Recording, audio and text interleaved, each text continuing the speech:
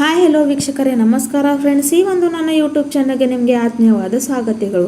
ನಿಮ್ಮ ಕೂದಲು ಬೆಳೆ ಆಗ್ತಾ ಇದೆ, ನಿಮ್ಮ ಕೂದಲು ಉದುರ್ತಾ ಇದೆ, ಹಾಗಾದರೆ ಇದಕ್ಕೆ ನ್ಯಾಚುರಲ್ವಾಗಿ ಯಾವ ರೆಮಿಡಿ ಮಾಡಬೇಕು ಅಂತ ನೀವು ಯೋಚಿಸ್ತಿರಬಹುದು. ಹಾಗಾದರೆ ನಾವು ಯಾವುದೇ ಕೆಮಿಕಲ್ ಇಲ್ಲದೆ ಹಾಗೂ ₹1 ಖರ್ಚಿಲ್ಲದೆ ನಿಮಗೆ ನಾನು ಇವತ್ತು ಒಂದು ರೆಮಿಡಿನ ಹೇಳಿಕೊಡ್ತೀನಿ. ಇದು ಫುಲ್ಲಿ ನ್ಯಾಚುರಲ್. ನೀವು ಮನೆಯಲ್ಲಿ ಸುಲಭವಾಗಿ ರೆಡಿ ಮಾಡಿಕೊಂಡು ಇದಕ್ಕೆ ನಿಮ್ಮ ಕೂದಲನ್ನು ಅಪ್ಲೈ ಮಾಡ್ಕೋಬಹುದು. ಇದರಿಂದ ನಿಮಗೆ ಒಂದು ಒಳ್ಳೆ ಪರಿಣಾಮ ಸಿಗೋದು. ಹಾಗಾದರೆ ಬನ್ನಿ ಇದಕ್ಕೆ ಹೇಗೆ ರೆಡಿ ಮಾಡ್ಕೊಳ್ಳೋದು ಅಂತ ನೋಡೋಣ. ಇಲ್ಲಿ ನೋಡೋಣ ಫ್ರೆಂಡ್ಸ್, ನಾನು ದಾಸವಾಳ ಗಿಡದ ಎಲೆಗಳನ್ನು ತೊಗೊಂಡಿದ್ದೀನಿ. ಫ್ರೆಶ್ ಆಗಿ ಎಲೆ ತೊಳ್ಕೊಂಡಿಟ್ಕೊಂಡಿದ್ದೀನಿ. ಅದು ಒಂದು 6ರಿಂದ 7 ಇಲ್ಲಿ ನಾನು ದಾಸವಾಳ ಹೂವಿನ ಎಲೆ ತೊಗೊಂಡಿದ್ದೀನಿ ಗಿಡದ. ಹಾಗೂ ನಾನು ಇಲ್ಲಿ ನಿತ್ಯ ಪುಷ್ಪಿನ ಹೂವು ಅಂತೂ ಕೂದಲಿಗೆ ತುಂಬಾ ಇಂಪಾರ್ಟೆಂಟು. ಇಲ್ಲಿ 2 ನಾನು ತೊಗೊಂಡಾಯಿತು. ಇವಾಗ ಇದನ್ನು ಬಳಸು ಹೇಗೆ ನಾವು ನ್ಯಾಚುರಲ್ವಾಗಿ ಒಂದು ಡೈನ ರೆಡಿ ಮಾಡ್ಕೊಳ್ಬೇಕು ಅಂತ ನಾವು ನೋಡೋಣ ಬನ್ನಿ. ಇಲ್ಲಿ ನಾನು ಗ್ಯಾಸ್ ಮೇಲೆ ಒಂದು ಕಬ್ಬಿಣ ಬಾಳಿಗೆಯನ್ನು ಇಟ್ಕೊಂಡಿದ್ದೀನಿ. ಈ ಒಂದು ರೆಮಿಡಿನ ನೀವು ಕಬ್ಬಿಣ ವಸ್ತುವಲ್ಲಿ ಮಾಡಿದರೆ ನಿಮಗೆ ಖಂಡಿತ ಒಂದು ಒಳ್ಳೆ ಪರಿಣಾಮ ಸಿಗ್ಬೋದು. ಹಾಗೂ ನಮ್ಮ ಕೂದಲು ತುಂಬಾ ಒಳ್ಳೆಯ ರೀತಿಯಲ್ಲಿ ಕಪ್ಪಾಗಬಹುದು. ಇಲ್ಲಿ ನೋಡಿ, ಇವಾಗ ನಾನು ಏನು ಮಾಡ್ತಾಯಿದ್ದೀನಿ ಅಂದರೆ ದಾಸವಾಳ ಎಲೆನ ಈ ಥರ ಪೀಸ್ ಆಗಿ ಕಬ್ಬಿಣ ಬಾಳಿಗೆಯಲ್ಲಿ ಹಾಕೋತಾ ಇದ್ದೀನಿ. ನೀವು ಇಲ್ಲಿ ನೋಡ್ಬೋದು, ದಾಸವಾಳ ಎಲೆ ನಮ್ಮ ಕೂದಲಿಗಾಗಿ ತುಂಬಾ ಇಂಪಾರ್ಟೆಂಟು. ಹೇಗೆ ದಾಸವಾಳ ಹೂವಿನ ನಾವು ನಮ್ಮ ಕೂದಲಿಗಾಗಿ ಉಪಯೋಗಿಸ್ತೀವಲ್ಲ, ಹಾಗೂ ದಾಸವಾಳ ಗಿಡದ ಎಲೆ ಕೂಡ ನಮ್ಮ ಕೂದಲಿಗಾಗಿ ಒಂದು ನ್ಯಾಚುರಲ್ ಡೈ ಆಗಿ ಕೆಲಸ ಮಾಡುತ್ತೆ. ಹಾಗಾಗಿ ಇಲ್ಲಿ ನಾನು ದಾಸವಾಳ ಗಿಡದ ಎಲೆಯನ್ನು ತಗೊಂಡಿದ್ದೀನಿ. ಇದಕ್ಕೆ ನಮಗೆ ಚೆನ್ನಾಗಿ ಹುರ್ಕೊಳ್ಬೇಕಾಗುತ್ತೆ. ನೀವು ಇಲ್ಲಿ ನೋಡ್ತಾ ಇರಬಹುದು, ಈ ಒಂದು ನ್ಯಾಚುರಲ್ ರೆಮಿಡಿ, ಇದರಲ್ಲಿ ಯಾವುದೇ ಒಂದು ಕೆಮಿಕಲ್ನ ನಾನು ಯೂಸ್ ಮಾಡ್ತಾ ಇಲ್ಲ. ಹಾಗೆ ಇವಾಗ ನಾನು ಇದಕ್ಕೆ ನಿತ್ಯ ಪುಷ್ಪಿನ ಹೂವು ಆ್ಯಡ್ ಮಾಡ್ಕೋತಾ ಇದ್ದೀನಿ.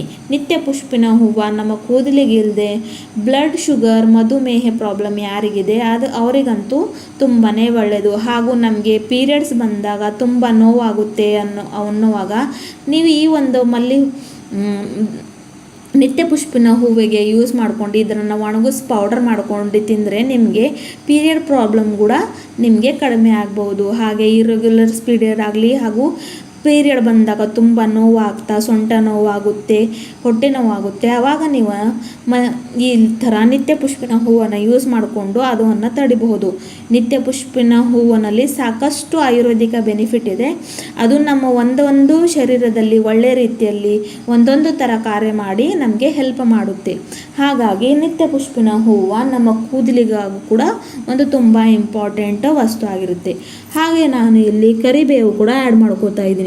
ಕರಿಬೇವು ಅಂತ ಹೇಳೋ ನಿಮಗೆ ಅವಶ್ಯಕತೆ ಇಲ್ಲ. ಕರಿಬೇವು ನಮ್ಮ ಕೂದಲಿಗೆ ಒಂದು ಒಳ್ಳೆ ಬೆಳವಣಿಗೆ ಕೊಡುತ್ತೆ. ನಮ್ಮ ಸ್ಕ್ಯಾಲ್ಪ್ಗಾಗಿ ಒಂದು ಒಳ್ಳೆ ರೀತಿಯಲ್ಲಿ ಕೆಲಸ ಮಾಡುತ್ತೆ. ನಮ್ಮ ಕೂದಲು ಬೆಳೆಯೋದಾಗಲಿ ಹಾಗೂ ನಮ್ಮ ವೈಟ್ ಹೇರ್ಸ್ ತಡೆಯೋಕೆ ಆಗಲಿ ಕರಿಬೇವು ಒಂದು ಒಳ್ಳೆ ರೀತಿಯಲ್ಲಿ ಕಾರ್ಯ ಮಾಡುತ್ತದೆ.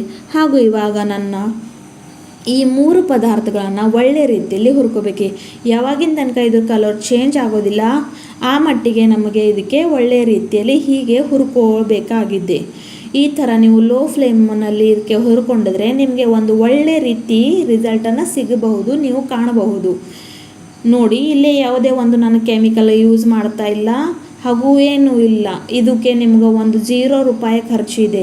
₹1 ಕೂಡ ನೀವು ಇದರಲ್ಲಿ ಇನ್ವೆಸ್ಟ್ ಆಗಬೇಕಾಗಿಲ್ಲ. ಪ್ರಾಕೃತಿಕವಾಗಿ ಪ್ರಕೃತಿ ನಮಗೆ ಎಷ್ಟೊಂದು ವಸ್ತುವನ್ನು ಕೊಡುತ್ತೆ, ಅದನ್ನೇ ಬಳಸ್ಕೊಂಡು ನಾವು ನ್ಯಾಚುರಲ್ವಾಗಿ ನಮ್ಮ ಕೂದಲನ್ನು ಕಪ್ಪು ಮಾಡ್ಕೋಬಹುದು. ಹಾಗೆ ನಮ್ಮ ಕೂದಲು ಬಿಳಿ ಆಗೋದಕ್ಕೆ ತಡಿಬಹುದು.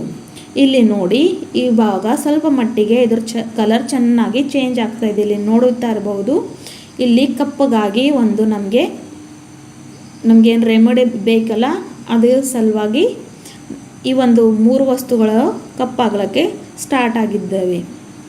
ದಾಸವಾಳ ಹೂವು ಸ್ವಲ್ಪ ನಾನು ಹಸಿ ತೊಗೊಂಡಿದ್ದೀನಲ್ಲ ಫ್ರೆಂಡ್ಸ್, ಅದಕ್ಕಾಗಿ ಅದು ಬೇಗ ಕಲರ್ ಚೇಂಜ್ ಆಗ್ತಾಯಿಲ್ಲ. ನಿಮಗೆ ಪೂರ್ತಿ ಚೇಂಜ್ ಆಗೋ ತನಕ ಕಾಯಬೇಕಾಗಿದೆ ಹಾಗೂ ನಿಮಗೆ ಪೂರ್ತಿ ಕಪ್ಪು ಮಾಡ್ಕೋಬೇಕಾಗಿದೆ. ಅವಾಗೇ ನಿಮಗೆ ಒಂದು ಒಳ್ಳೆಯ ರೀತಿಯಲ್ಲಿ ಪರಿಣಾಮ ಸಿಗೋದು ನಿಮ್ಮ ಕೂದಲಿಗಾಗಿ. ಇಲ್ಲಿ ನೋಡಿ, ಇವಾಗ ನಮ್ಮ 3 ಪದಾರ್ಥ ಕೂಡ ಚೆನ್ನಾಗಿ ಕಾಯ್ದಿದೆ. ಇಲ್ಲಿ ನೋಡಿ, ನಾನು ಚೆನ್ನಾಗಿ ಇದಕ್ಕೆ ಹುರ್ಕೋತಾ ಇದ್ದೀನಿ. ನೀವು ಎಷ್ಟು ಮಟ್ಟಿಗೆ ಅದಕ್ಕೆ ಚೆನ್ನಾಗಿ ಹುರ್ಕೋತೀರಾ ಆ ಥರ ಒಂದು ರಿಸಲ್ಟ್ ಇದು ನಿಮಗೆ ಕೊಡೋದು, ನ್ಯಾಚುರಲ್ವಾಗಿ, ಏನು ಕೆಮಿಕಲ್ ಇಲ್ಲದೆ. ನೋಡಿ, ನಾವು ಸುಮ್ಮನೆ ಎಷ್ಟೋ ರೂಪಾಯಿ ಖರ್ಚು ಮಾಡಿ ಹೇರ್ ಡೈ ಮಾಡ್ಕೋತೀವಿ ಹಾಗೂ ಹೇರ್ ಆಯಿಲ್ನ ಯೂಸ್ ಮಾಡ್ತೀವಿ. ಈ ಥರ ಮಾಡಿದರೆ ನಿಮಗೆ ಏನೂ ಪ್ರಾಬ್ಲಮ್ ಆಗೋದಿಲ್ಲ. ಇವಾಗ ಇದಕ್ಕೆ ನಾವು ಏನು ರೆಡಿ ಮಾಡ್ಕೊಂಡಿದ್ದಿಲ್ಲ ಅದು ಒಂದು ಇಲ್ಲಿ ಮಿಕ್ಸರ್ ಜಾರ್ಗೆ ಹಾಕೋಬೇಕಾಗಿದೆ. ಹಾಗೂ ಇಲ್ಲಿ ನಾನು ಪ್ಯಾರಾಶೂಟ್ ಆಯಿಲ್ನ ಕೊಬ್ಬರಿ ಎಣ್ಣೆಯನ್ನು ಯೂಸ್ ಮಾಡ್ತಾ ಇದ್ದೀನಿ. ಇಲ್ಲಿ ಇವಾಗ ನಾನು ಇದಕ್ಕೆ ಕೊಬ್ಬರಿ ಎಣ್ಣೆ ಹಾಕೋತಾ ಇದ್ದೀನಿ.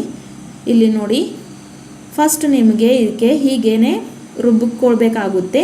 ಅಂದರೆ ಒಂದು ದರ ಪೌಡರ್ ನಿಮಗೆ ಬೇಕಾಗುತ್ತೆ. ಇವಾಗ ಈ ಮಟ್ಟಿಗೆ ನಾವು ಇದಕ್ಕೆ ಕೊಬ್ಬರಿ ಎಣ್ಣೆ ಅಂದರೆ ಕೊಕೊನಟ್ ಆಯಿಲ್ನ ಆ್ಯಡ್ ಮಾಡಬೇಕು. ಆಯಿತು, ಇಷ್ಟೇ ಫ್ರೆಂಡ್ಸ್.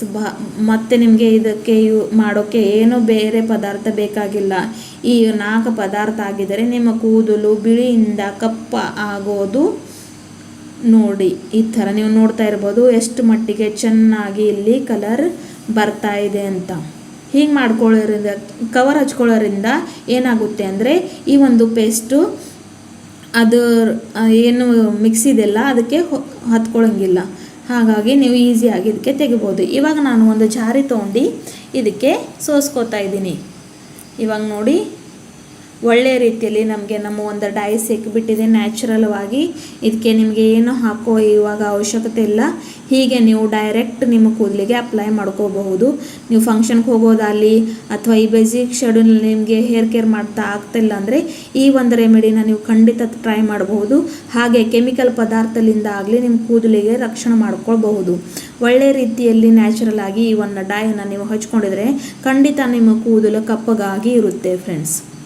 ಒಂದೇ ಬಾರಿದಲ್ಲಿ ಇದು ಪರಿಣಾಮ ಕೊಡೋದಿಲ್ಲ. ಹಾಗೆ ನೀವು ರೆಗ್ಯುಲರ್ ಯೂಸ್ ಮಾಡಿದರೆ ಖಂಡಿತ ಇದು ನಿಮಗೆ ಒಂದು ಒಳ್ಳೆ ಪರಿಣಾಮವನ್ನು ಕೊಡೋದು ಅಂತ ನಾನು ನಿಮಗೆ ಇಲ್ಲಿ ಹೇಳೋದು. ಈ ನನ್ನ ಒಂದು ವಿಡಿಯೋ, ಈ ಒಂದು ನನ್ನ ರೆಮಿಡಿ ನಿಮಗೆ ಇಷ್ಟ ಆದರೆ ನನ್ನ ಈ ಚಾನಲ್ ಸಬ್ಸ್ಕ್ರೈಬ್ ಮಾಡಿ ಹಾಗೂ ನಿಮ್ಮ ಫ್ರೆಂಡ್ಸ್ಗೂ ಕೂಡ ಸಬ್ಸ್ಕ್ರೈಬ್ ಮಾಡೋಕ್ಕೆ ಹೇಳಿ. ಈ ಒಂದು ರೆಮಿಡಿ ಇಷ್ಟ ಆದರೆ ನನ್ನ ಚಾನಲ್ಗೆ ಶೇರ್ ಮಾಡಿ, ಸಬ್ಸ್ಕ್ರೈಬ್ ಮಾಡಿ ಹಾಗೂ ಲೈಕ್ ಮಾಡಿ. ತುಂಬ ಧನ್ಯವಾದಗಳು ಫ್ರೆಂಡ್ಸ್.